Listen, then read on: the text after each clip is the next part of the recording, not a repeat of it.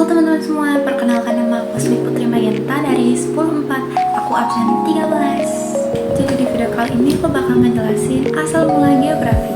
Geografi sendiri itu diambil dari kata geo yang artinya bumi dan grafi atau graphen yang artinya lukisan. Geografi ini sendiri pertama kali diperkenalkan oleh filsuf Yunani bernama Eratosthenes di abad 276 sampai 195 sebelum Masehi. Nah, sebelum itu awal mulanya geografi itu catatan para penjelajah dan dibagi menjadi dua paham. Kalian tahu nggak apa aja? Yang pertama, physis determinis atau alam mengendalikan manusia. Yang kedua, posibilisme atau manusia mengendalikan alam. Nah, for example untuk physis determinis itu misalnya pada saat musim kemarau, jadi kita harus memikirkan apa saja tanaman yang cocok untuk ditanam saat musim kemarau. And then the second one is posibilisme. Contohnya rumah kaca. Oke, jadi sekarang kita bakalan masuk ke materi perkembangan nih guys. Jadi di materi perkembangan ini dibagi menjadi tahapan. Pertama ini biasa disebut tahapan klasik atau orang-orang biasanya bilang tahapan kuno.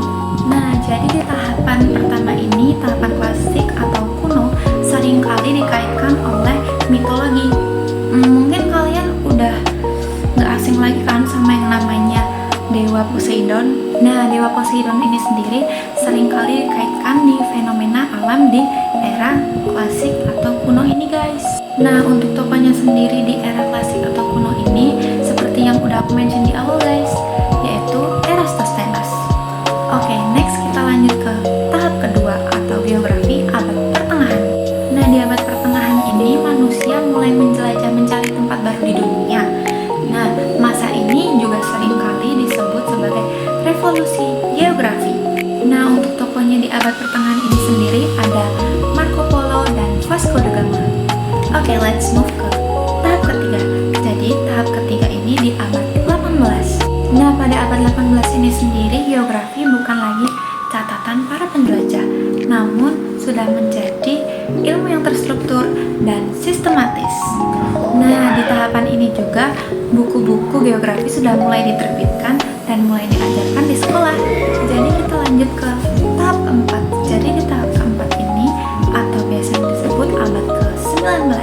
Nah, di abad 19 ini sendiri mereka lebih menekankan tentang kajian fisik. Biasanya mempelajari studi vegetasi, iklim, tentang alam dan hewan. Nah, untuk tokohnya sendiri ada Ferdinand von dan Frank Debenham. Nah, last but not least nih, tahapan kelima atau yang biasa disebut tahapan mutakhir. Nah, jadi tahapan terakhir ini atau tahapan kelima, mereka sudah mulai membahas tentang metode kuantitatif dan kualitatif dalam membahas persoalan gejala di permukaan bumi. Nah, aku tambahin juga perkembangan komputer sangat berperan besar di masa ini. Nah, untuk tahap kelima ini tokohnya ada Peter dan Roger Thomleysen.